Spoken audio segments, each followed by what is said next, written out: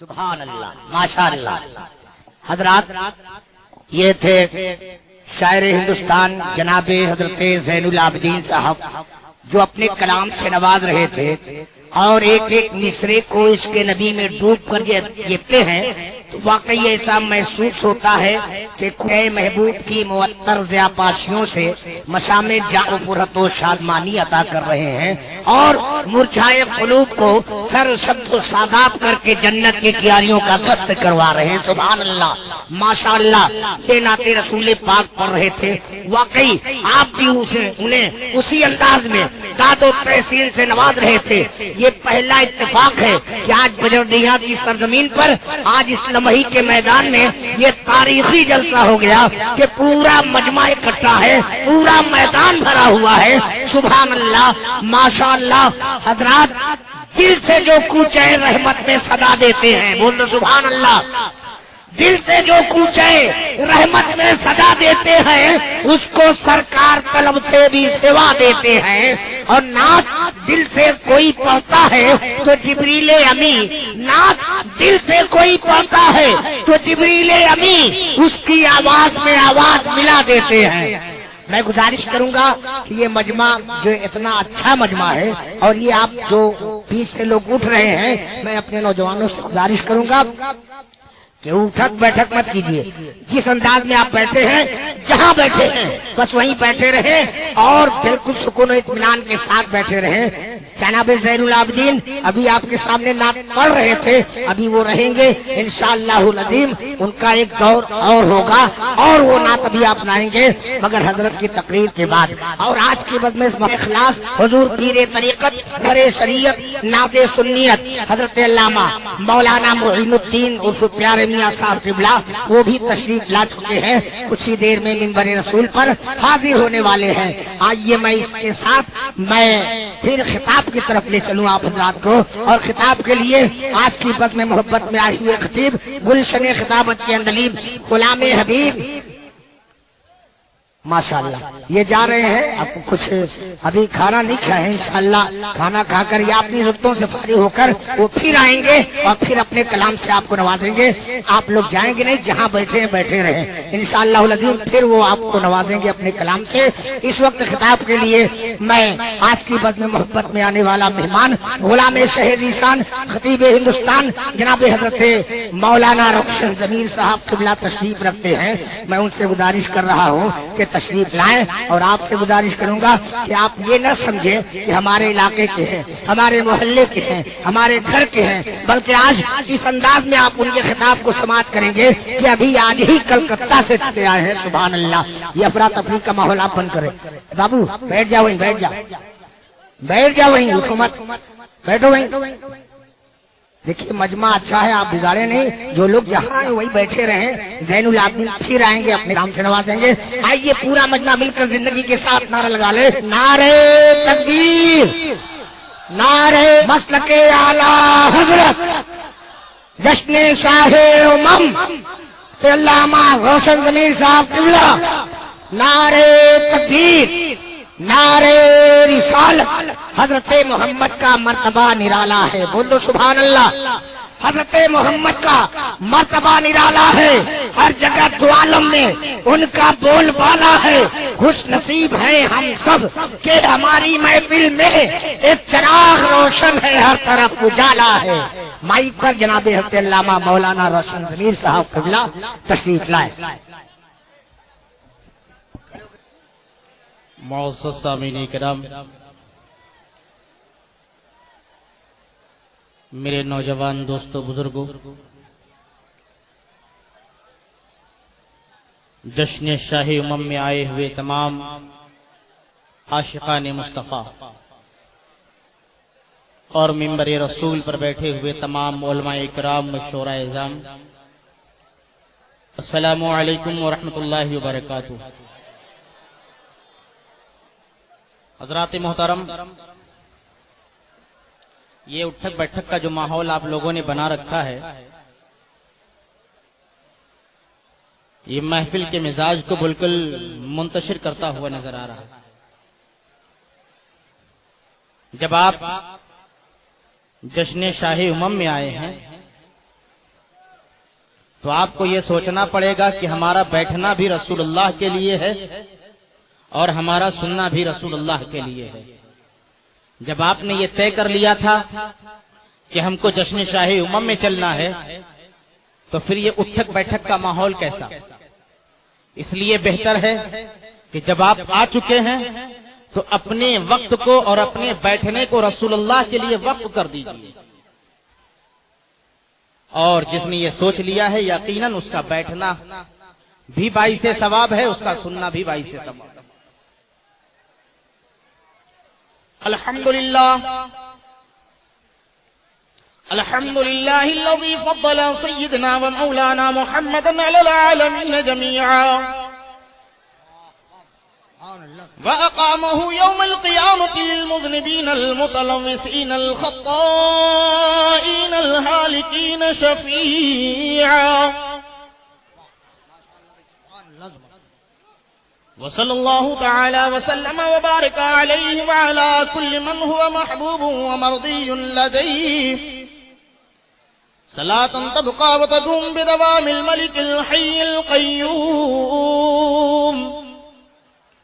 ونشهد أن لا إله لا شريك له ونشهد أن محمدا عبده ورسوله أما بعد فأعوذ بالله من الشيطان الرجيم بسم الله الرحمن الرحيم اهدنا الصراط المستقيم آمنت بالله صدق الله مولانا العظيم وصدق رسوله النبي الأمين المبين المتين الكريم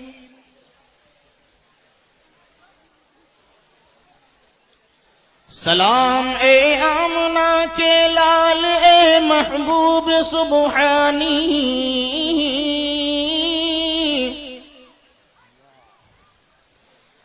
سلام اے آمنہ کے لال اے محبوب سبحانی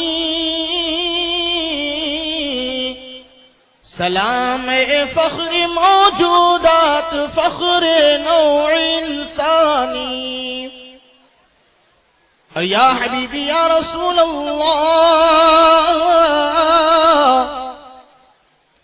تیرا در ہو میرا سر ہو میرا دل ہو تیرا گھر ہو یا حبیبی یا رسول اللہ تیرا در ہو میرا سر ہو میرا دل ہو تیرا گھر ہو تمنا مختصر سی ہے مگر توحید طولانی سلام اے آمنہ کے لال اے محبوب سبحانی حضرات محترم، آئیے خوب عقیدت و محبت کے ساتھ بلند آواز سے اپنے آقا کی بارگاہ میں جس نبی کا ہم اور آپ کلمہ پڑھتے ہیں، جس نبی کے تلوے کی چمک سے آج چاند چمک رہا ہے، جس نبی کے زلف مبارک کی مہک سے پوری دنیا مہک رہی ہے، اس نبی محترم کی مقدس بارگاہ میں آئیے خوب عقیدت و محبت کے ساتھ بلند آواز سے درود شریف پڑھ لیں۔ اللہم صلی علی سیدنا و شفیعنا و مولانا محمد معدن الجود والکرم و آلہ بارک وسلم صلو علیہ صلاۃ و سلام علیک یا رسول اللہ صلی اللہ تعالی علیہ وآلہ وسلم۔ حضرات محترم، آج نبی کی محفل میں جشن شاہ امم میں صرف بجٹیا ہی کے مسلمان نظر نہیں آ رہے ہیں، بلکہ میری آنکھیں دیکھ رہی ہیں کہ کہیں لوہتا کی سرزمین کا مسلمان نظر آ رہا ہے، کہیں کٹوا کی سرزمین کا مسلمان نظر آ رہا ہے، کہیں مدن پورہ کی سرزمین کا مسلمان نظر آ رہا ہے، کہیں علی پورہ کی سرزمین کا مسلمان نظر آ رہا ہے۔ میرے دوستو، اور اس کے علاوہ بھی کہاں کہاں کے لوگ یہاں پر آئے رہے ہیں اور آ پہنچے ہیں، مگر میرے دوستو ذرا سوچو تو صحیح کہ یہ آنے والا یہاں پر کیوں آیا، یہ آنے والے اتنے لوگ یہاں اکٹھے کیوں ہوئے؟ صرف ایک نام ہے، شاہ امم، اور اسی شاہ امم کے بینر تلے آج جب بجٹ یہاں کے نوجوانوں نے آواز دیا تو ایک آواز پر بجٹیاں اور اطراف و جوانب کے مسلمان اکٹھے ہو گئے.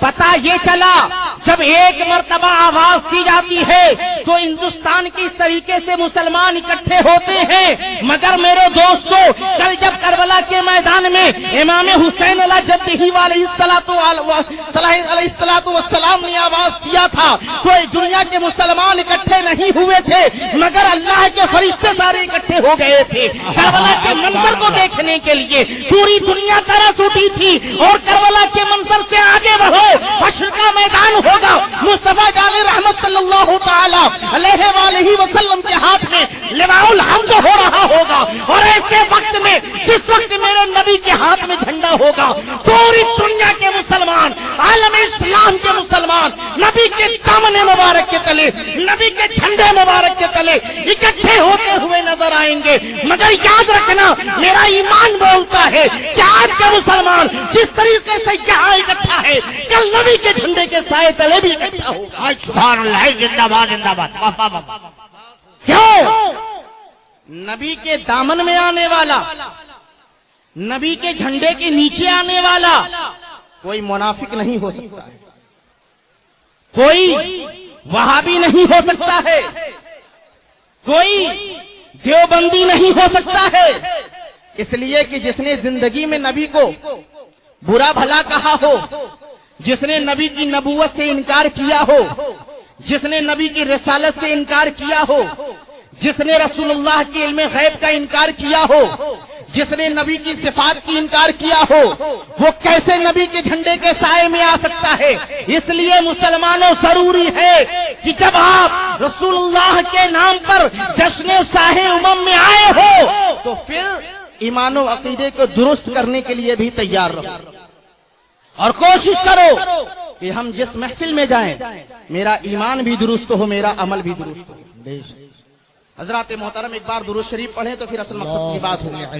اللہم صلی علی سیدنا و شفیعنا مولانا محمد معدن الجود والکرم وآلہ بارک وسلم صلو علیہ صلاۃ و سلام علیک یا حبیبی یا رسول اللہ صلی اللہ تعالی علیہ وآلہ وسلم. میں نے قرآن مقدس کی جس آیت کریمہ کی تلاوت کی، اللہ سبحانہ تعالی ارشاد فرماتا ہے اہدنا الصراط المستقیم. یہ آیت کریمہ اللہ سبحانہ تعالی نے جو قرآن مقدس میں عطا فرمایا، یہ بندوں کے لیے اللہ کی جانب سے بندوں کو ایک طریقہ سکھایا گیا، دعا مانگنے کے آداب سکھائے گئے. اور اللہ نے فرمایا اے میرے بندو، تم میری بارگاہ میں اس طریقے سے دعا کرو، اہدنا الصراط المستقیم، اے اللہ ہمیں سیدھے راستے پر چلا، اے اللہ ہمیں سیدھے راستے پر چلا. اب آپ دیکھیں کہ یہ سیدھا راستہ کون سا ہے، کون سے سیدھے راستے پر اللہ نے چلنے کا حکم عطا فرمایا ہے. یہ سیدھا راستہ کیسا سیدھا راستہ ہے میرے دوستو؟ اب سیدھے راستے کی تلاش میں جب آپ پڑو گے تو آپ کو سیدھا راستہ ملے گا کہاں؟ کون سا سیدھا راستہ ہے؟ کس راہ پر چلیں گے تو ہمیں پتا چلے گا کہ یہی سیدھا راستہ ہے، یہی سیدھا راستہ ہے. اب آپ سیدھے راستے کو تلاش میں نہ نکلیں گے، جب سیدھے راستے کو پتہ لگانے کے لیے نکلیں گے تو آپ کہاں جائیں گے؟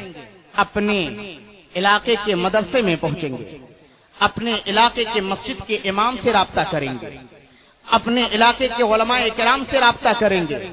اس لیے کہ مسلمان اپنے رہنما کی طرف، اپنے علماء کی طرف جو ہے رجوع کرتا ہے. اگر اس سے مسئلے کی جانکاری لینی ہے، مسئلے کی تحقیق کرنی ہے، شرعی مسئلہ معلوم کرنا ہے، اسلام کے بارے میں جانکاری لینی ہے تو یہ محلے کا جو ہے سرپنچ نہیں بتا پائے گا، یہ محلے کا کوئی نیتا آپ کو نہیں بتائے گا، یہ محلے کا ٹھیکیدار آپ کو نہیں بتائے گا، بلکہ مذہب اسلام کا سپہ سالار آپ کو بتائے گا، آپ کے علماء دین آپ کو بتائیں گے، آپ کے مدرسے کے مدرسین آپ کو بتائیں گے، آپ کے مسجد کا امام آپ کو بتائے گا. آپ دیکھیں کہ یہ سیدھا راستہ کہاں ملے گا، کون سا راستہ جو سیدھا راستہ ہے. میرے دوستو، جب ہم نے قرآن سے پوچھا اے قرآن تو بتا یہ سیدھا راستہ کہاں ہے، یہ کیسا سیدھا راستہ ہے، یہ کون سا سیدھا راستہ ہے جس کے لیے تو ہمیں سکھا رہا ہے کہ تم دعا کرو اے پروردگار عالم مجھے سیدھے راستے پر چلا. جب ہم نے قرآن سے پوچھا اے قرآن تو ہی بتا دے صراط مستقیم کیا ہے، قرآن آگے ارشاد فرماتا ہے صراط الذین انعمت علیہم، یہ وہ راستہ ہے جس پر اللہ کا انعام نازل ہوا ہے، وہ راستہ جس پر اللہ کا انعام نازل ہوا ہے۔ اب مسلمان ڈھونڈتا جائے وہ کون سا راستہ ہے، کہاں چلیں گے تو ہمیں اللہ کا انعام ملے گا، انعام والے لوگ ملیں گے، ہم کہاں جائیں گے تو ہمیں انعام والے لوگوں سے ملاقات ہوگی۔ جب ایسی جو ہے سوچ انسان کے ذہن میں، انسان کے فکر میں جب پیدا ہوگی تو یقیناً اس انسان کا ایمان بھی کامل ہوتا ہوا نظر آئے گا، اس انسان کا عقیدہ بھی درست ہوتا ہوا نظر آئے گا۔ میرے دوستو، میں یہیں پر رک کر آپ کو بتانا چاہتا ہوں، آج ہم اور آپ اپنے آپ کو سنی مسلمان کہتے ہیں، مگر آپ اپنے اندر تھوڑا سا جھانک کے دیکھیں اور ٹٹول کے دیکھیں کہ ہمارے اندر سنیت کتنی پرسنٹ ہے اور صلح کلیت کتنی پرسنٹ ہے۔ آج بہت سے ایسے سنی مسلمان ہیں جو اپنے آپ کو سنی تو کہتے ہیں مگر ضرورت پڑتی ہے تو صلح کلیت کا بھی مظاہرہ کر دیا کرتے ہیں۔ نہیں، ہم کٹر سنی نہیں ہیں، ہم کٹریت کی طرف نہیں جاتے، ہم کو جو ہے لڑائی جھگڑا پسند نہیں ہوتا ہے۔ میرے دوستوں، بات صحیح ہے، آپ کو لڑائی جھگڑا پسند نہیں ہے، اس لیے کہ جو ہے ایسے لوگ ہوتے ہیں جن کا ذہن جو ہے صلح کلیت کا ہوتا ہے، وہ کبھی لڑائی جھگڑے کی طرف نہیں جاتے بلکہ یہ سوچتے ہیں کہ دونوں طرف کا معاملہ ٹھیک ٹھاک ہے، وہ بھی نماز پڑھتے ہیں پڑھنے دیا جائے، یہ بھی نماز پڑھتے ہیں پڑھنے دیا جائے۔ مگر میرے دوستوں، آؤ تو دیکھو تو صحیح کہ آخر صراط مستقیم کہاں ملے گا اور کون سا راستہ ہے صراط مستقیم۔ قرآن نے بتایا کہ وہ راستہ ہے جہاں پر اللہ کا انعام نازل ہوا، جہاں پر اللہ کی جو ہے احسان نازل ہوئے، جہاں پر اللہ کی جو ہے نعمتیں نازل ہو رہی ہیں، اللہ کا انعام نازل ہو رہا ہے۔ اب ذرا سوچو تو صحیح، یہ انعام والے لوگ کون سے ہیں، انعام والا راستہ کون سا ہے، انعام کہاں نازل ہوا ہے؟ قرآن آگے ارشاد فرماتا ہے انعم اللہ من النبیین والصدیقین والشہداء والصالحین، یہ وہ لوگ ہیں جن پر اللہ کا انعام ہوا جب تم ڈھونڈنے آئے ہو۔ قرآن کہتا ہے آؤ میرے دامن میں آؤ، میں تمہیں بتا رہا ہوں اللہ کا انعام کہاں نازل ہوا ہے، اللہ نے کا احسان کہاں نازل ہوا ہے، وہ کون لوگ ہیں جن پر اللہ کا احسان نازل ہوا، وہ کون لوگ ہیں جن پر اللہ کا انعام نازل ہوا۔ قرآن کہتا ہے وہ نبیوں کی جماعت ہے، وہ صدیقین کی جماعت ہے، وہ شہداء کی جماعت ہے، وہ صالحین کی جماعت ہے۔ میرے دوستو، پتہ یہ چلا نبیوں کی جماعت کے ساتھ جو رہا اسے انعام ملا، اس لیے کہ نبی پر انعام ہوا، نبی کے دامن کو جس نے تھاما اسے انعام ملا۔ صدیقین پر انعام ہوا، صدیقین کا دامن جس نے تھاما اسے انعام ملا۔ شہداء پر انعام ہوا، شہداء کا دامن جس نے تھاما اس پر انعام ہوا، اس لیے کہ قرآن نے ہمیں اچھا راستہ بتایا، قرآن نے ہمیں بتا دیا اسی راستے پر چلو جہاں پر انعام خدا بندی ہوا ہے، اسی راستے پر چلو جہاں پر اللہ کا احسان نازل ہوا ہے۔ اب وہی راستہ ہمیں ڈھونڈنا ہے۔ جب اس راستے کو پتہ لگانے کے لیے مسلمان نکلتا ہے، قرآن کہتا ہے ادھر ادھر جانے کی ضرورت نہیں ہے، ادھر ادھر بھٹکنے کی ضرورت نہیں ہے، تمہیں ادھر ادھر چیخنے چلانے کی ضرورت نہیں ہے۔ آؤ قرآن کی بارگاہ میں، یہ نبیوں کی جماعت ہے، ان کے ساتھ ہو لو، یہ شہداء کی جماعت ہے، ان کے ساتھ ہو لو، یہ صدیقین کی جماعت ہے، ان کے ساتھ ہو لو، یہ صالحین کی جماعت ہے، ان کے ساتھ ہو لو، اور جس نے نبی کا دامن تھاما ہے اس کی دنیا بھی بنتی ہوئی نظر آئی، آخرت بھی بنتا ہے۔ سبحان اللہ، ماشاء اللہ، نعرہ تکبیر، نعرہ رسالت، مسلک اعلی حضرت، جشن شاہ امم، سبحان اللہ۔ یہی تو پیغام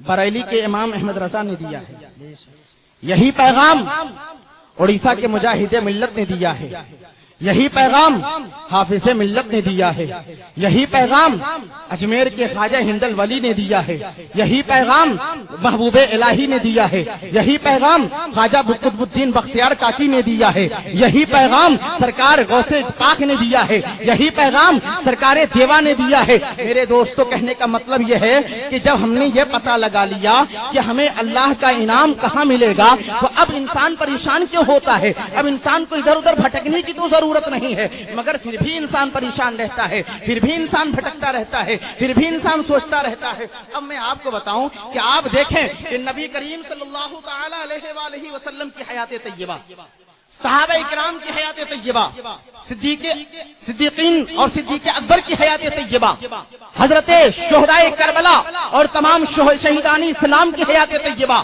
صالحین کی زندگی کو دیکھیں۔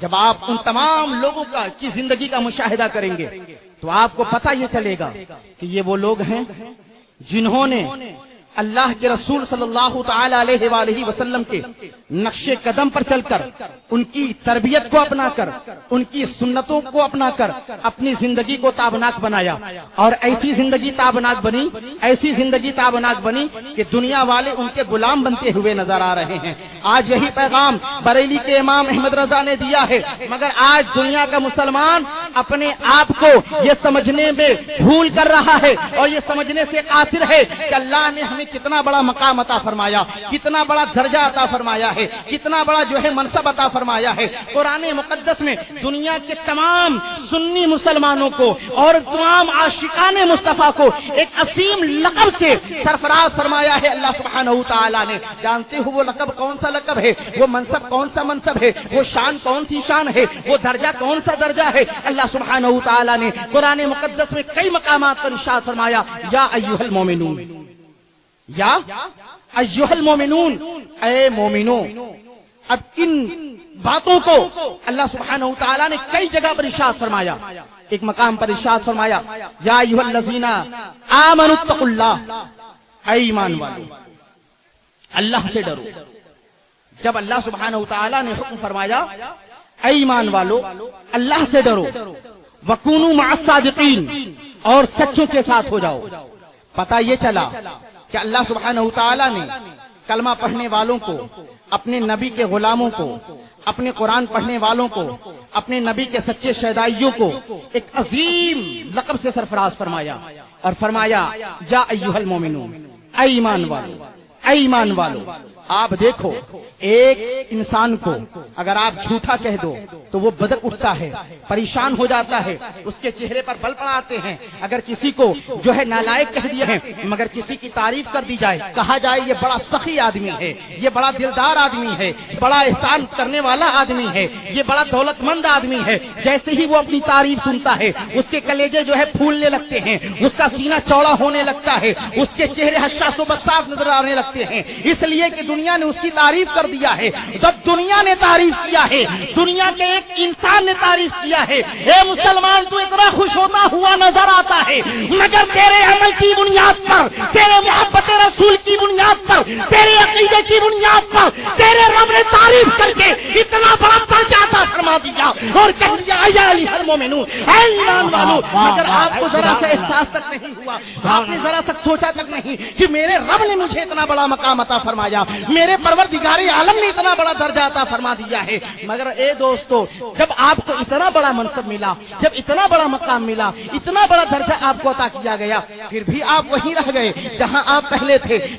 جہاں پھر بھی وہیں رہ گئے جہاں آپ پہلے تھے. مطلب کیا ہے کہ برائی میں اسی طریقے سے لگے ہو جیسے کل لگے ہوئے تھے، برائی میں اسی طریقے سے ڈوبے ہو جیسے کل ڈوبے ہوئے تھے، اور جو ہے بدعملی میں اسی طریقے سے ڈوبے ہوئے ہو جیسے کل ڈوبے تھے. مگر آج انسان جب اپنے ہاتھ کو کسی اللہ کے ولی کے ہاتھ میں دے ڈالتا ہے، آج انسان جب کسی اپنے ہاتھ کو کسی اللہ کے نیک بندوں کے ہاتھ میں دے ڈالتا ہے تو ڈالنے کے بعد اس کی زندگی تابناک زندگی نظر جو ہے بنتی ہے. جب ان کی بتائے ہوئے راستے پر، ان کے فرامین پر عمل کرتا ہے، تب اسی وجہ سے اللہ سبحانہ تعالیٰ نے ارشاد فرمایا، یا ایھا الذین آمنوا اتقوا اللہ، اے ایمان والو اللہ سے ڈرو، اے ایمان والو اللہ سے ڈرو، وکونوا مع الصادقین، اور سچوں کے ساتھ ہو جاؤ.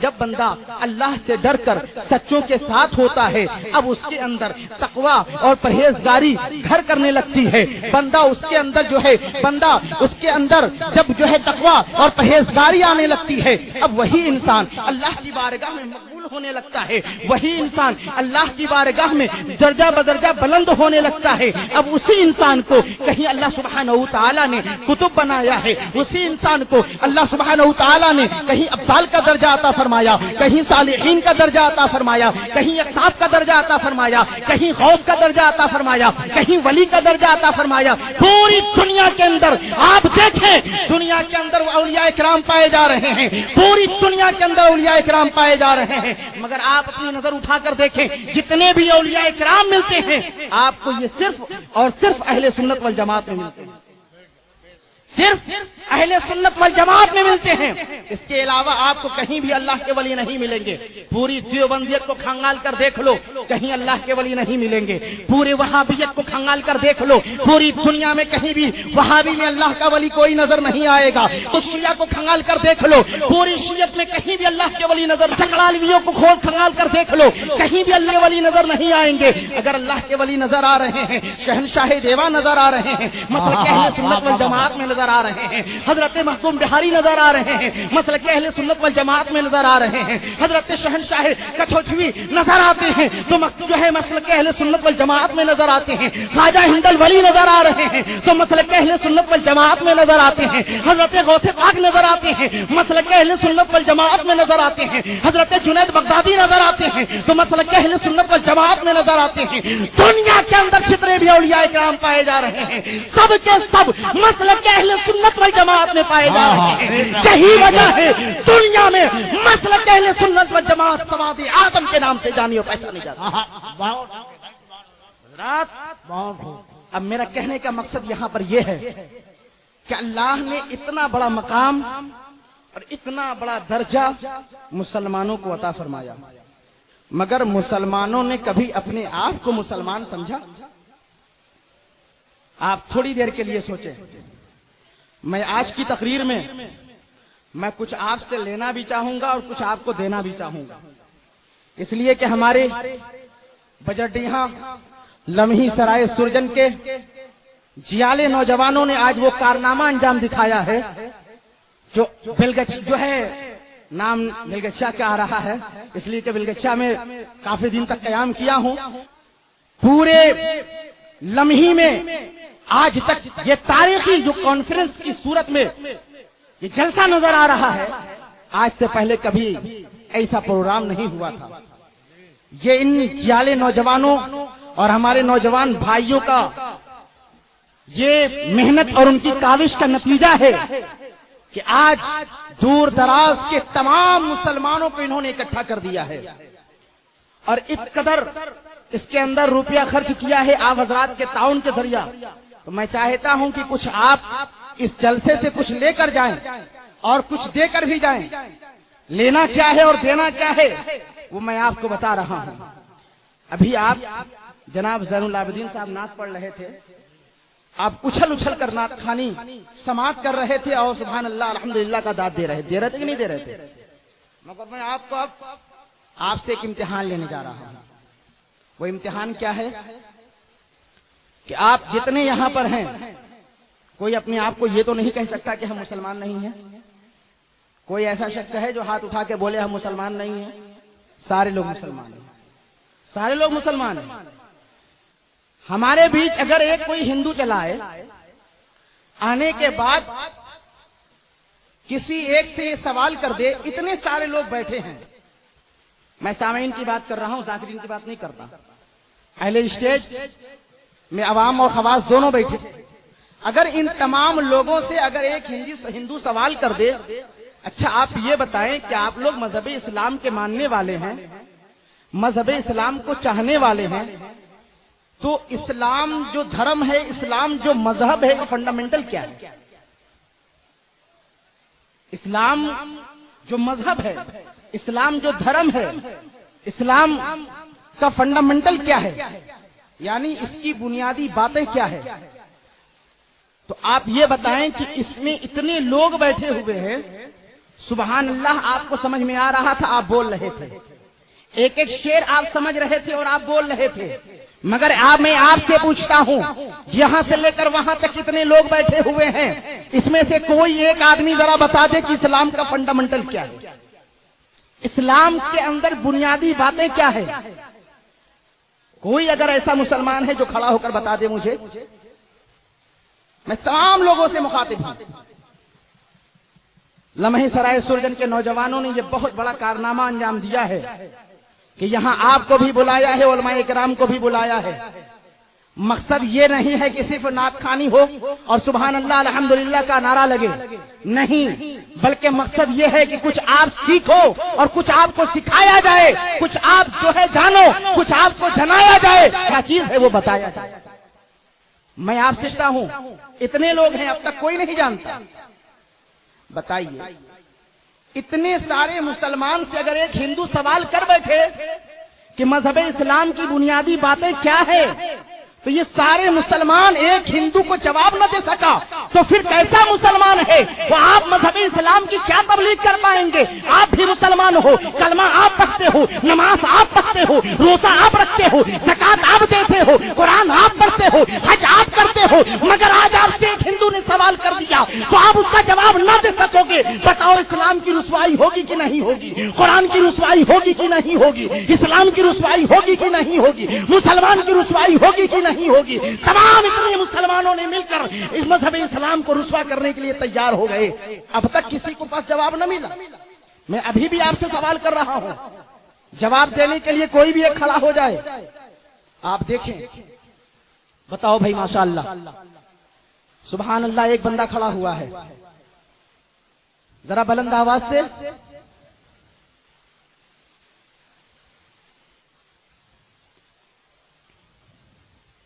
ان کی آواز یہاں تک نہیں پہنچ رہی ہے، غالباً وہ کچھ کہنا چاہ رہے ہیں. حضرات محترم آپ دیکھیں، تقریر تو آپ ہمیشہ سنتے رہتے ہیں، آپ تقریر تو ہمیشہ سنتے رہتے ہیں، مگر آپ دیکھیں کہ مذہب پر اگر کسی نے سوال کر دیا ایک مسلمان جواب نہ دے سکتا.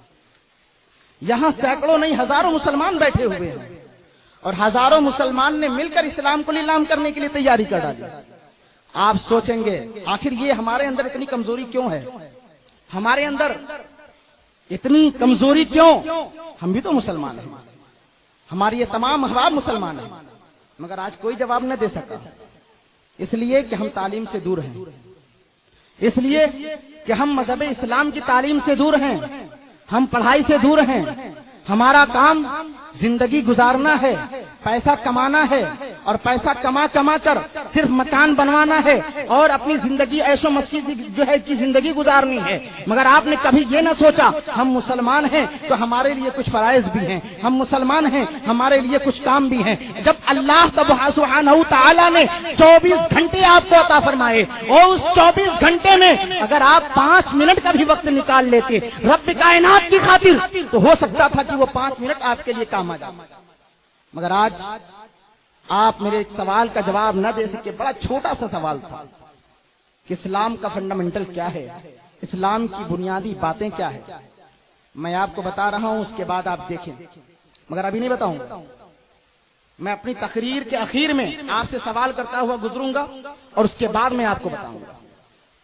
آپ دیکھیں کہ قرآن نے ہمیں سکھایا، اللہ تعالیٰ کے پیارے حبیب دنیا میں تشریف لائے، مذہب اسلام کی تبلیغ کیا. آج دوسرے مذہب والوں سے ان کے دھرم کے بارے میں پوچھیں گے وہ اپنے دھرم کی تعریف کرتا ہوا نظر آئے گا.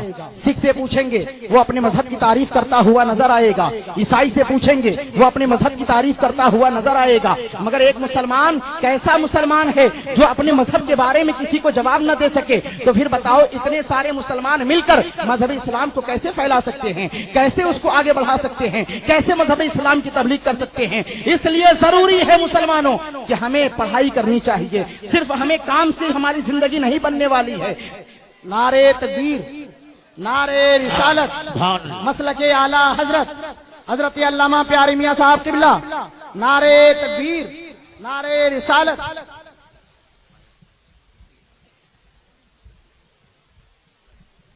درود پاک پڑھیں. اللہم صلی علی سیدنا و شفیعنا و مولانا محمد بادل الجود والکرم وآلہ وبارک وسلم. صلو علیہ صلاۃ و سلام علیک یا حبیبی یا رسول اللہ صلی اللہ تعالی علیہ وآلہ وسلم. حضرات محترم، پیر طریقت، رہبر شریعت حضرت علامہ مولانا الحاج مفتی معین الدین صاحب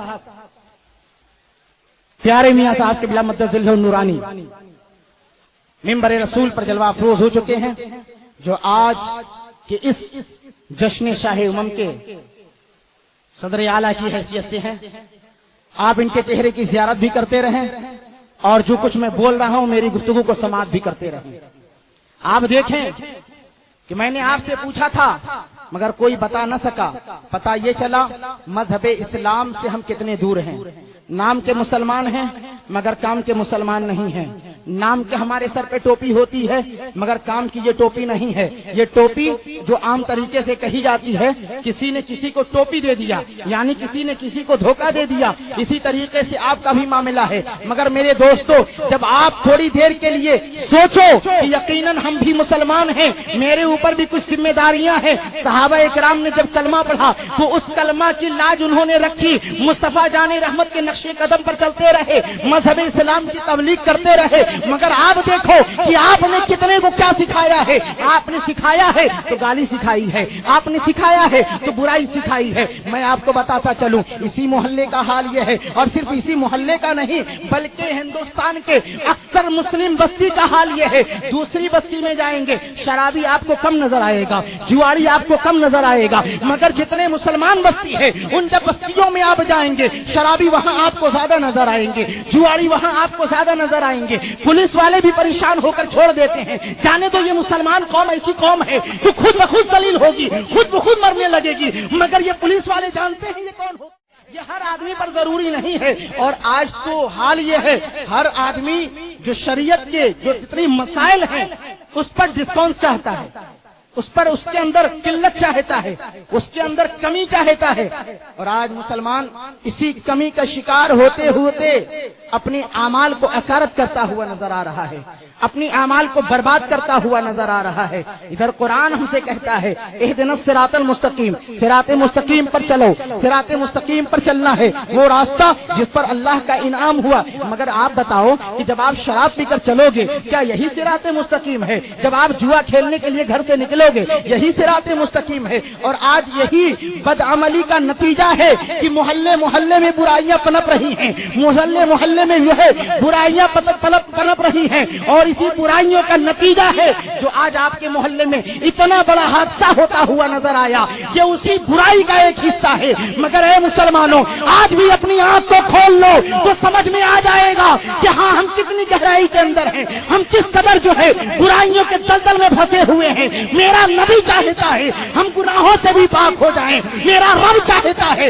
ہم تقوی والے ہو جائیں, میرا رب چاہتا ہے ہم جو ہے تقوی والے ہو جائیں, ہم نمازی ہو جائیں, ہم جنتی ہو جائیں. مگر مسلمان جنت سے دور ہوتا ہوا نظر آ رہا ہے, مسلمان جنت سے جو ہے کنارہ کش ہوتا ہوا نظر آ رہا ہے. پھر بھی اپنے آپ کو آپ سمجھتے ہو کہ ہم جنتی ہیں. جنتی کیسے ہوں گے جب ہم اللہ کی راہ پر چلیں گے؟ جنتی کیسے ہوں گے جب ہم اسلام کے طریقے پر چلیں گے؟ جنتی کیسے ہوں گے جب مصطفیٰ کے بتائے ہوئے راستے پر چلیں گے؟ آج تو حال یہ ہے ہم نماز سے کوسوں دور ہیں, نماز ہم سے دور نہیں بلکہ ہم نماز سے دور ہیں. اور آج ہر آدمی برائی میں دبا ہوا ہے. کچھ ایسے بھی لوگ ہیں جو نماز پڑھتے ہیں اور شراب بھی پیتے ہیں, کچھ ایسے بھی لوگ ہیں ٹوپی سر پر ہے شراب کھانے سے نکلتے ہوئے نظر آتے ہیں, کچھ ایسے بھی لوگ ملیں گے ٹوپی سر پر ہے تاڑی کے اڈے سے نکلتے ہوئے نظر آئیں گے, کچھ ایسے بھی لوگ ہیں. آپ دوسرے محلے میں چلے جائیں, سنسان علاقے میں چلے جائیں, سر پہ ٹوپی ہے, ہاتھ میں تاش کا پتا ہے. مسلمانوں یہ کیسا مسلمان ہے ذرا آپ سوچو تو صحیح. مگر آئیے ذرا دیکھیے کہ ایک مسلمان جب اللہ کی بارگاہ میں صدق دل سے توبہ کر لیتا ہے اس کی ہزار برائیاں ہزار گناہ بھی اللہ سبحانہ و تعالی معاف فرما دیتا ہے. ہر مسلمان بگڑتا ہوا اور پریشان ہوتا ہوا نظر آتا ہے.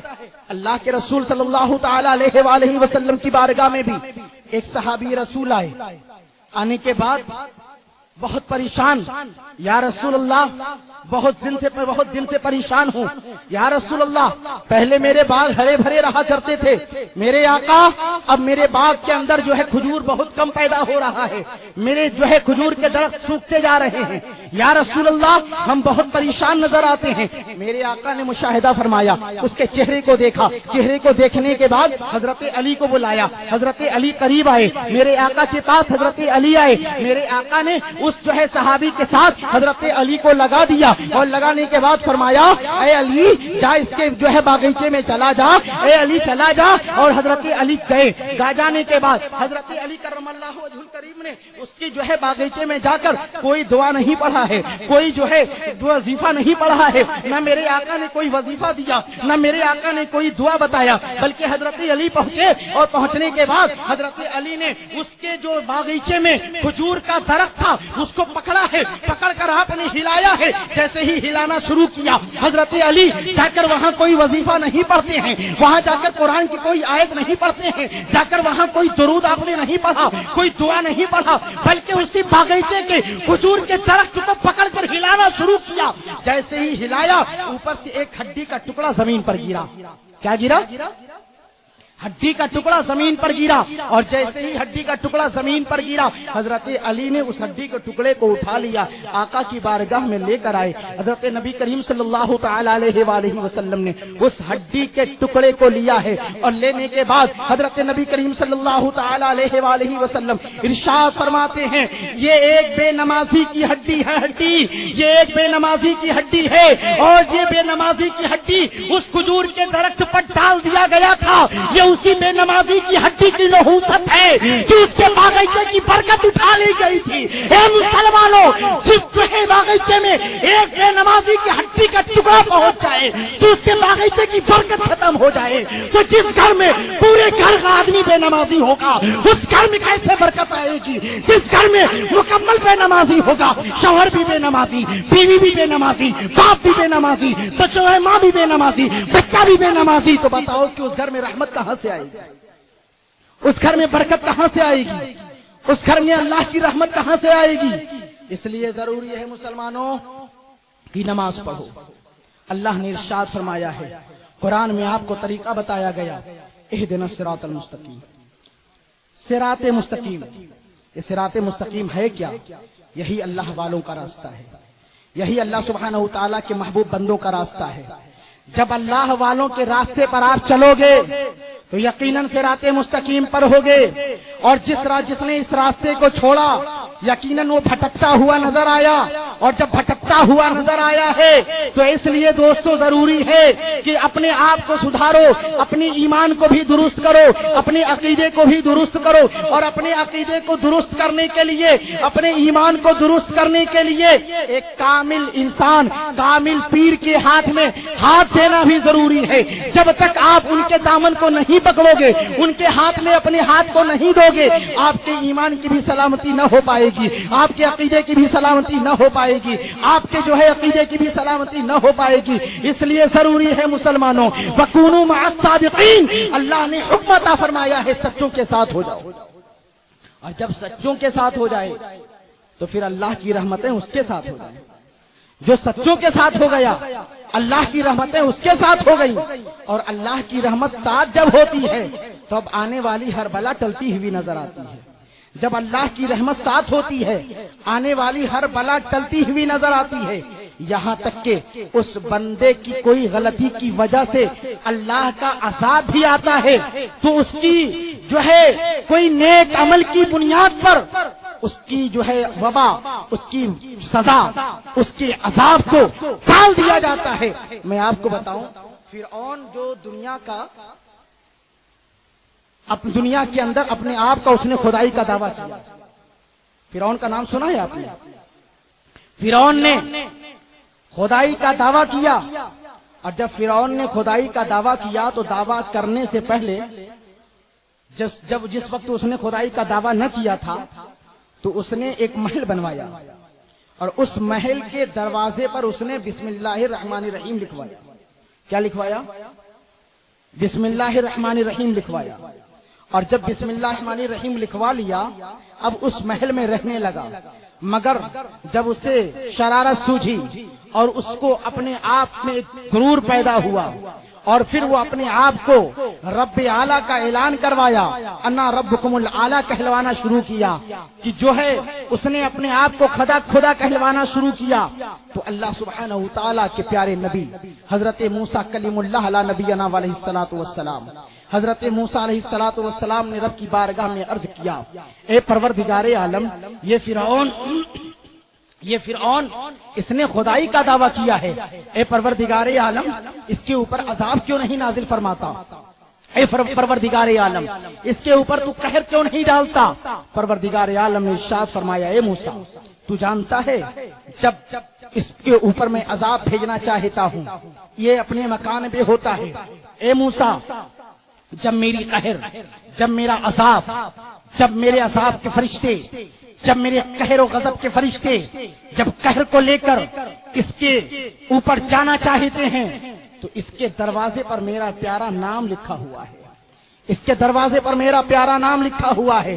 اس نے بسم اللہ الرحمن الرحیم اپنے دروازے پر لکھ دیا ہے اور اسی رحمت والے نام کی برکت کی وجہ سے یہ بچ جاتا ہے اور میری رحمت کے جو ہے میری رحمت کو یہ گوارا نہیں ہوتا. جہاں پر میری رحمت والے نام لکھے ہو، جہاں میری برکت والے نام لکھے ہو، وہاں پر میرا عذاب نازل کیا جائے. اس لیے اے موسیٰ میرے قہر کے فرشتے، عذاب والے فرشتے واپس چلے آتے ہیں. اے موسیٰ گھبرانے کی ضرورت نہیں ہے، اس لیے کہ اس کا عذاب، اس کے اوپر عذاب جو ہے اس کے محل میں نہیں دیا جائے گا بلکہ محل کے باہر دیا جائے گا. اے مسلمانوں یہاں سے میں آپ کو ایک سبق دینا چاہتا ہوں. دیکھو ایک جو موسیٰ وہ فرعون جس نے خدائی کا دعویٰ کیا، آپ تو کلمہ پڑھنے والے ہو، آپ تو اللہ پر ایمان لانے والے ہو، آپ تو قرآن پڑھنے والے ہو، آپ تو نماز پڑھنے والے ہو، آپ تو روزہ رکھنے والے ہو، آپ تو قرآن پڑھنے والے ہو. جب آپ جو ہے اس جیسے ناپکار انسان نے اللہ کی رحمت پر امید کرتے ہوئے اس نے اپنے دروازے پر جب بسم اللہ الرحمن الرحیم لکھ دیا تو وہ اللہ کے عذاب سے بچتا رہا. کہ ایک مسلمان جب اپنے دروازے پر اللہ کا نام لکھ لے گا تو اللہ کا نام لکھ لے گا، بسم اللہ الرحمن الرحیم لکھ لے گا تو یقیناً اس کا گھر بھی رحمت و انوار سے پرنور نظر جو ہے بھرتا ہوا، پرنور ہوتا ہوا نظر آئے گا، اللہ کی رحمت سے بھرا ہوا نظر آئے گا. اس لیے مسلمانوں ضروری ہے کہ تم اپنی صبح کو جب جو ہے جاگو، اپنی صبح کی شروعات کرو تو اللہ کے نام پر، اور اپنی شام کو بھی ختم کرو تو اللہ کے نام پر ختم کرو. جس بندے نے اپنی صبح کو اللہ کے نام سے شروع کیا ہے اور اپنی شام کو اللہ کے نام پر ختم کیا ہے وہ بندہ دنیا میں بھی کامیاب رہا ہے، آخرت میں بھی کامیاب رہا ہے. اور میں آپ کو بتاتا چلوں کہ اللہ سبحانہ و تعالی نے مسلمانوں کو کس موقع پر کتنا بڑا بڑا انعام عطا فرمایا ہے. مگر آج مسلمان دین سے کتنا دور ہے اور اسی دوری کا نتیجہ ہے کہ ہم گناہوں میں ملوث رہا کرتے ہیں اور ہمیں احساس بھی نہیں ہوتا.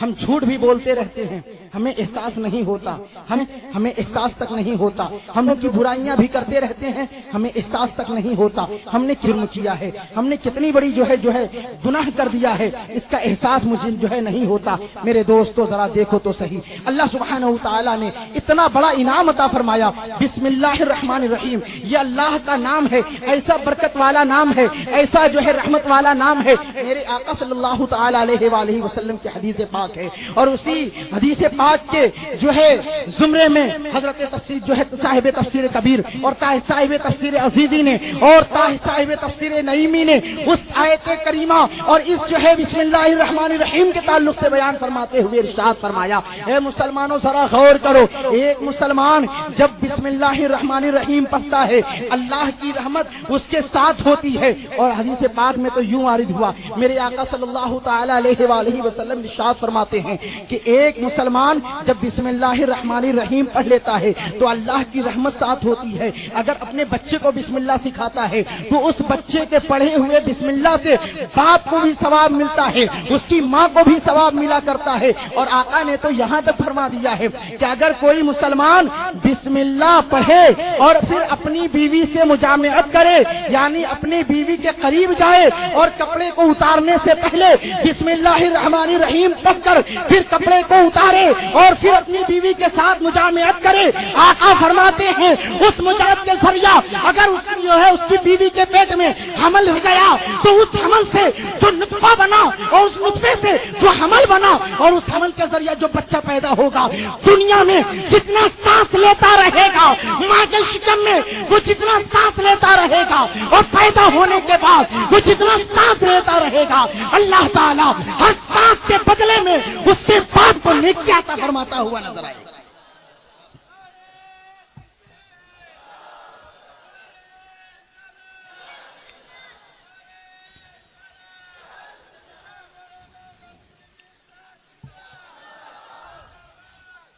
اس لیے ضروری ہے مسلمانوں اپنے آپ کو سمجھنے کی کوشش کرو کہ اللہ نے کتنا بڑا مقام ہمیں عطا فرمایا ہے، ہم نے اپنے آپ کو کیا سمجھا ہے، اللہ نے کتنا بڑا درجہ عطا فرمایا ہے، مگر ہم اپنے آپ کو اب تک سمجھ نہیں پائے۔ ہم مسلمان ہیں، یقیناً مسلمان ہیں، مگر مسلمان ہوتے ہوئے بھی ہمارا کام مسلمان کا نہیں ہے، ہمارا صرف نام مسلمان کا ہے، ہمارا کام بھی مسلمان والا ہونا چاہیے۔ ہمارا جب نام مسلمان ہے تو ہمارے جو ہے طریقے بھی مسلمان والے ہونے چاہیے۔ جب مسلمان اپنے آپ کو مسلمان سمجھ کر رب کی بارگاہ میں جھکتا ہے، جب وہی مسلمان باہر نکلتا ہے تو اللہ سبحانہ و تعالیٰ کی رحمت جھوم اٹھتی ہے، اور اللہ سبحانہ و تعالیٰ اپنے پیارے فرشتوں سے پکار کر کہتا ہے، اے میرے پیارے فرشتوں، دیکھو یہ ہمارے بندے ہیں، یہ میرے سے میرا ذکر کرتے ہوئے نظر آ رہے ہیں، میرے گھر سے میرا ذکر کرتے ہوئے نکل رہے ہیں۔ انہی کے بارے میں تو اللہ نے فرمایا فاذکرونی اذکرکم، تم میرا ذکر کرو میں تمہارا ذکر کروں گا۔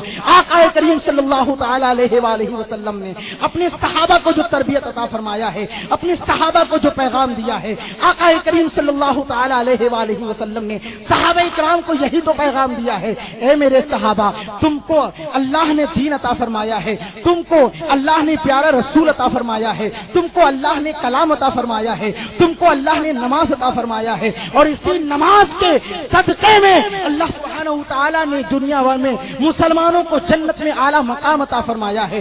آپ دیکھیں کہ ہم مسلمان ہیں، مگر مسلمان ہوتے ہوئے بھی ہم گناہ کرتے ہیں، ہمیں آپ کو احساس نہیں ہوتا ہے۔ آج یہاں اتنے لوگ بیٹھے ہیں، اور بیٹھے ہوئے آپ خود سوچیں کہ آج حال یہ ہے، ایک دوسرے مسلمان سے ملتا ہے، جب ایک دوسرے سے ملتا ہے بڑی خوش دلی کے ساتھ ملتا ہے، ہاں بھائی بہت اچھے ہیں آپ، بڑے اخلاق مند ہیں آپ، اور ایک دوسرے میں جب ملاقات ہوتی ہے تو اس قدر خوش جو ہے دلی کے ساتھ ملاقات ہوتی ہے، اور جیسے ہی وہ بندہ تھوڑی دیر کے لیے غائب ہوتا ہے، چلا جاتا ہے، یار بڑا نیچ آدمی تھا، یار بڑا فسادی آدمی تھا، بڑا کمینہ آدمی تھا، جب تک منہ کے سامنے تھا تو آپ اس کی تعریف کرتے رہے، اور جیسے ہی منہ سے پھرا ہے، کنارے ہوا ہے، آپ کہنے لگے بڑا نیچ آدمی تھا، بڑا کمینہ آدمی تھا، بڑا جو ہے بدزبان آدمی تھا، بڑا ایسا تھا ویسا ہے، ہزار قسم کی اس کی شکایتیں شروع ہو گئی۔ میرے دوستو، اللہ کے پیارے رسول صلی اللہ علیہ وسلم فرماتے ہیں، اگر تمہیں کسی مسلمان کی تعریف کرنی ہے تو اس مسلمان کے منہ پر نہ کرو، اور اگر کسی کی شکایت کرنی ہے تو اس مسلمان کے منہ پر کرو، تاکہ تعریف اگر تم نے کسی مسلمان کی اس کے منہ پہ کر دی تو گویا تم نے اس کی گردن کاٹ دی، اور اگر کسی مسلمان کے پیٹھ پیچھے تو نے اس کی شکایت کر دی تو گویا تم نے زنا سے بھی بدتر کام کیا ہے۔ جانتے ہیں چگل خوری کس کو کہتے ہیں؟ پیٹھ کے پیچھے کسی کی شکایت کرنا۔ چگل خوری کسے کہتے ہیں؟ پیٹھ کے پیچھے کسی کی شکایت کرنا۔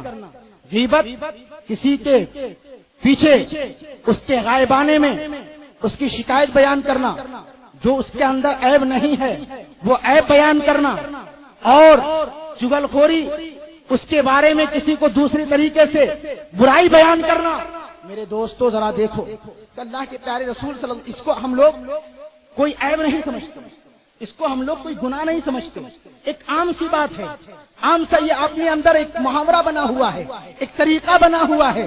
جیسے ہی ایک دوست دوسرے دوست سے ملتا ہے اس کی شکایت جو ہے تعریف شروع ہو جاتی ہے، اور جب دوسرا دوست کے بعد کا تذکرہ ہوتا ہے جو یہاں موجود نہیں ہے اس کی شکایت ہو جاتی ہے، اور یہ برائی اور یہ عیب خاص طور سے ہمارے یہاں عورتوں میں پائے، جہاں چند عورتیں اکٹھی ہوتی ہیں ایک دوسرے کی جو ہے گھر کی ہو جاتی ہے۔ مگر آئیے ذرا دیکھیے تو صحیح، یہ شکایت کا شروع ہم لوگ کرتے ہیں، یہ سلسلہ جو شروع ہوتا ہے اس سے کتنا بڑا نقصان ہے۔ میرے آقا صلی اللہ تعالی علیہ وآلہ وسلم ارشاد فرماتے ہیں، غیبت یہ زنا سے بھی زیادہ بدتر ہے، جس نے غیبت کیا اس نے جو ہے زنا سے بھی زیادہ گناہ جو ہے کیا ہے، جس نے کسی کی غیبت کی اس نے زنا سے بھی زیادہ بڑا گناہ کیا ہے۔ میں سوچو تو صحیح کہ زنا کیا، زنا تو یوں ہی جو ہے گناہ ہے، اور ایک گناہ عظیم ہے، گناہ کبیرہ ہے، مگر آقا ارشاد فرماتے ہیں غیبت اس سے بھی بڑا گناہ ہے، اس سے بھی بڑا گناہ ہے، اس سے بھی جو ہے خطرناک گناہ ہے۔ اس لیے کہ زنا کرنے والا انسان اگر رب کی بارگاہ میں صدق دل سے توبہ کر لے اور رب کی رحمت کو اگر پیار آ جائے تو اللہ سبحانہ و تعالیٰ معاف کر دے گا، اس کی بخشش ہو جائے گی۔ اگر زنا کرنے والا رب کی بارگاہ میں صدق دل سے توبہ کر لے اور توبہ کرنے کے بعد توبہ کر رہا ہو، رب کی رحمت کو اگر پیار آ جائے، رب اسے معاف کر دے، اس کی معافی ہو جائے گی، اس کی بخشش ہو جائے گی۔ مگر اے مسلمانوں یاد رکھو، اگر آپ نے اپنے دوست کی غیبت کیا ہے، آپ نے اپنے پڑوسی کی غیبت کی ہے، آپ نے اپنے بھائی کی غیبت کیا ہے، آپ نے اپنے رشتہ دار کا غیبت کیا ہے، اپنے محلے والوں کا غیبت کیا ہے، اپنے خاندان والوں کی غیبت کیا ہے، تو یاد رکھنا تمہاری لاکھ معافی مانگنے کے بعد بھی اللہ معاف فرمانے والا نہیں۔ اس وقت تک جب تک کہ جس کی غیبت آپ نے جو ہے غیبت کی ہے اس نے معاف نہ کیا، جس کی غیبت آپ نے کی ہے جب تک وہ معاف نہیں کرے گا اس وقت تک اللہ بھی معاف نہیں فرمانے والا ہے۔ چاہے تمہاری نماز جتنی ہو، تمہارا روزہ جتنا ہو، تمہارے حج جتنے ہو، تمہارا تقویٰ اپنی جگہ پر، تمہارا صدقہ اپنی جگہ پر، تمہارا حج اپنی جگہ پر، تمہارے مال و دولت خرچ کرنا اپنی جگہ پر، مگر سب کے سب کنارے ہو جائیں گے اور تمہارا غیبت کرنا اپنی جگہ پر سامنے آ جائے گا۔ رب فرمائے گا پہلے تم اس کو راضی کر لو، جب وہ راضی ہو جائے گا تو پھر میں تم سے راضی ہو جاؤں گا۔ آپ دیکھیں کہ ایک دولت مند آدمی، ایک تقویٰ پرہیزگار والا آدمی، زندگی بھر نماز پڑھنے والا آدمی، اور ایک شرابی کی اس نے غیبت کر ڈالی، ایک جواری کو اس نے غیبت کر ڈالی، ایک کمزور طبقے کے انسان کی غیبت کر ڈالی، اور آج اس شرابی کے ہاتھوں یہ جنت میں مجبور ہو گیا جانا۔ ایک کمزور انسان نے ایک بڑے پاور والے انسان کو روک لیا ایک غیبت کی وجہ سے۔ مسلمانوں ذرا سوچو کہ کتنا بڑا گناہ ہم کرتے ہیں، اور میرے آقا تو ارشاد فرماتے ہیں کہ غیبت انسان کی نیکیوں کو ایسا کھاتا ہے جیسے کہ نمک کو پانی میں ڈال دیا جائے اور نمک پانی میں گھل کر ختم ہو جائے، پتہ بھی نہ چلے۔ اسی طریقے سے انسان کی نیکیوں کو یہ غیبت ختم کرتا ہوا نظر آتا ہے مگر انسان کو خبر تک نہ ہوتی۔ حضرات محترم، اس لیے ضروری ہے مسلمانوں کہ ہم اور آپ اپنے آپ کو سمجھیں کہ ہم مسلمان ہیں اور مسلمان کا کام کیا ہے۔ میں نے آپ سے اپنی تقریر کے شروع میں ایک سوال کیا تھا، اسلام کا فنڈامنٹل کیا ہے، اسلام کی بنیادی باتیں کیا ہیں؟ آپ نے اب تک نہیں سوچا۔ میں آپ سے پوچھنا چاہتا ہوں اور آپ اپنے آپ کو سوچو کہ آپ کیسے مسلمان ہیں۔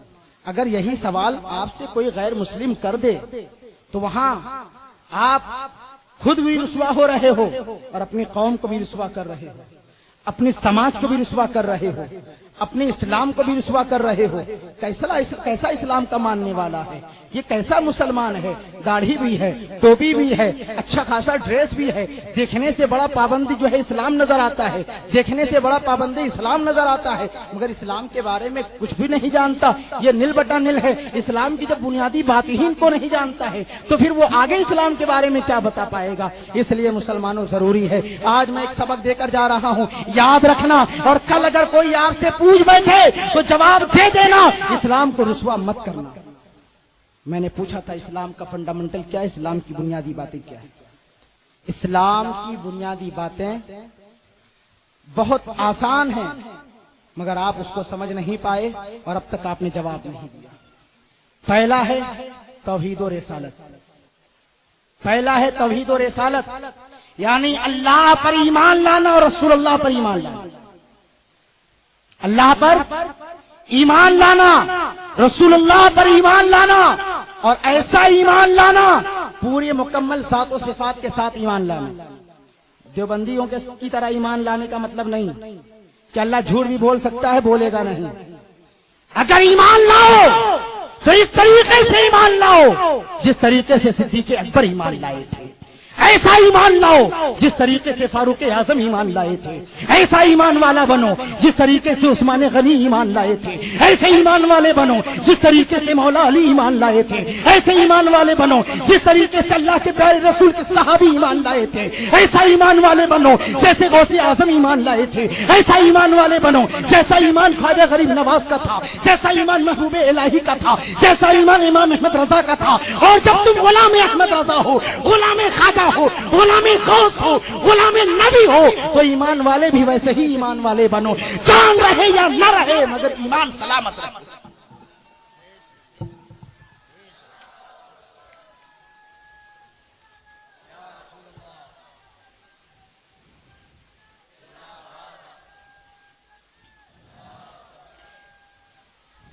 میں نے بتایا پہلا ہے توحید و رسالت، اللہ پر ایمان لانا اور رسول اللہ پر بھی ایمان لانا۔ رسول اللہ پر ایمان لانے کا مطلب یہی ہے کہ ان کے تمام ذات و صفات پر ایمان لانا، یہ نہیں کہ ہاں یہ ہے وہ نہیں ہے، ایسا ہے ویسا نہیں ہے، سرکار کو یہ پاور ہے وہ پاور نہیں ہے، دیکھ پاتے ہیں نہیں دیکھ پاتے ہیں، سن پاتے ہیں نہیں سن پاتے ہیں۔ یہ سچا جو مسلمان ہوتا ہے وہ ہر طریقے سے ایمان لاتا ہے، اور جو سچا ایمان والا نہیں ہے اس کا حال یہ ہے، وہ یہی جانتا ہے میرے سامنے ہوتے تو سن لیتے، اب مدینہ میں قبر کے اندر لیٹے ہوئے ہیں، وہ کیا سن پائیں گے، وہ کیا دیکھ پائیں گے، وہ کیا وہ بول پائیں گے، وہ کیا وہ دے پائیں گے۔ مگر ایک جو سنی مسلمان ہے اس کا عقیدہ یہ ہے کہ میرے آقا کا جو ہے مدینہ کی سرزمین پر ہیں، مگر میرے آقا وہیں سے دے رہے ہیں، میرے آقا وہیں سے سن رہے ہیں، میرے آقا وہیں سے دیکھ رہے ہیں، اس لیے کہ اللہ نے ان کو شاہد و ناظر بنا کر بھیجا ہے۔ اور نماز، تیسرا روزہ، پھر زکات، پھر حج، یہ 5 جو بنیادی اسلام کی بنیادی باتیں ہیں، اسی کو اسلام کا فنڈامنٹل کہتے ہیں۔ بات سمجھ میں آ گئی؟ یہ اتنی چھوٹی سی سوال تھے، مگر آپ کی خاموشی نے پوری محفل پر سناٹا طاری کر دیا، اور یہی خاموشی کل اگر کسی عیسائی یا کسی ہندو یا کسی دوسرے مذہب کے لوگ اگر یہ سوال کر دیتے اور آپ خاموش رہ جاتے تو یقیناً نام کی رسوائی ہو جاتی۔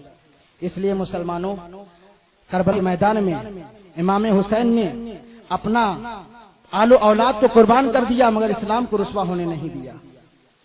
میرے دوستو، صحابہ کرام نے مکے کی سرزمین پر اپنے آپ کو کٹوا کر اپنی بیویوں کو بیوہ کر دیا، مگر اسلام کو رسوا ہونے نہیں دیا۔ میرے آقا نے اپنے دندان مبارک کو شہید کروا دیا، مگر اسلام کو رسوا ہونے نہیں دیا۔ اے مسلمانوں، اسی رسول اللہ کے غلام آپ بھی ہو، اے مسلمانوں اسی رسول اللہ کے کلمہ پڑھنے والے آپ بھی ہو۔ رسول کریم صلی اللہ تعالی علیہ وسلم کا واسطہ میں آپ کو دیتا ہوں، جب آپ مسلمان ہو تو صحیح طریقے سے اسلام میں داخل ہو جاؤ، اور اسلام کو سمجھنے کی کوشش کرو، اسلام کو پڑھنے کی کوشش کرو، اسلام کو بولنے کی کوشش کرو۔ یقیناً جس نے اسلام کو سمجھا، اسلام کو پڑھا اور اسلام پر عمل کیا، اللہ سبحانہ وتعالی نے اس کی زندگی کو بہتر زندگی بنا دیا ہے۔ اور بہتر زندگی کب ہو سکتی ہے؟ بہتر زندگی کب ہو سکتی ہے؟ جب آپ جو ہے لقد کان لکم فی رسول اللہ اسوۃ حسنہ پر عمل کرتے ہوئے نظر آؤ گے، مصطفیٰ جان رحمت کی سنت کو اپناتے ہوئے نظر آؤ گے، رسول اللہ کی اسوہ حسنہ پر چلتے ہوئے نظر آؤ گے، تو آپ کی زندگی بہتر زندگی ہوگی، کامیاب زندگی ہوگی۔ رب کی بارگاہ میں دعا ہے اللہ سبحانہ وتعالی آج کی اس محفل مقدس کو اپنی بارگاہ میں قبول فرمائے، اور عاشقان مدینہ کے جملہ ارکان جنہوں نے اس شاندار سے اسٹیج کو سجایا، علماء کرام کو بلایا، تمام سامعین کے لیے بہتر انتظام کرنے کی کوشش کی، اللہ سبحانہ وتعالی ان تمام نوجوانوں کو اور تمام ہمارے بزرگوں کو جو ہے اس کی جزائے خیر عطا فرمائے، ان کے کاروبار میں ترقیاں عطا فرمائے۔ جن جن لوگوں نے اس جو ہے پروگرام میں چندے کے ذریعے تعاون کیا، اپنی محنت کے ذریعے تعاون کیا ہے، دیکھ ریکھ میں تعاون کیا ہے، جس حیثیت سے بھی حصہ لیا ہے، اللہ ان کے حصہ لینے کو قبول فرما کر جزائے خیر عطا فرمائے۔ اور صرف یہی لوگ قابل رشک نہیں، قابل مبارکباد نہیں، بلکہ آج کی اس محفل مقدس میں آنے والے تمام سامعین حضرات بھی قابل مبارکباد ہیں کہ آپ نے اپنے جو ہے نیند کو قربان کیا ہے، اپنے وقت کو قربان کر کے رسول شاہی امم کی جو ہے جشن شاہی امم کے اس بینر تلے آپ حاضر ہو کر غلامی رسول کا ثبوت دے رہے ہیں۔ اللہ آپ کی شرکت اور آپ کی حاضری کو قبول فرمائے، اور ساتھ ساتھ رب کی بارگاہ میں اس جو ہے مظلوم کی خاطر دعا ہے اللہ سبحانہ وتعالی جو اشتیاق احمد جو اسی کمیٹی اسی ممبر کا ایک رکن تھا جس کو آج سے چند دن پہلے شہید کر دیا گیا، رب کی بارگاہ میں دعا ہے اللہ سبحانہ وتعالی اس مظلوم شہید کو اپنی بارگاہ میں جو ہے بہتر جزا عطا فرمائے اور اس کی بخشش و مغفرت فرمائے، اور تمام حضرات اس کی خاطر دعا کریں اللہ اس مظلوم شہید کو جو ہے جنت الفردوس میں آپ کی اور ہماری تمام شرکت کو قبول فرمائے۔ باخر دعوانا الحمدللہ رب العالمین وبرکاتہ۔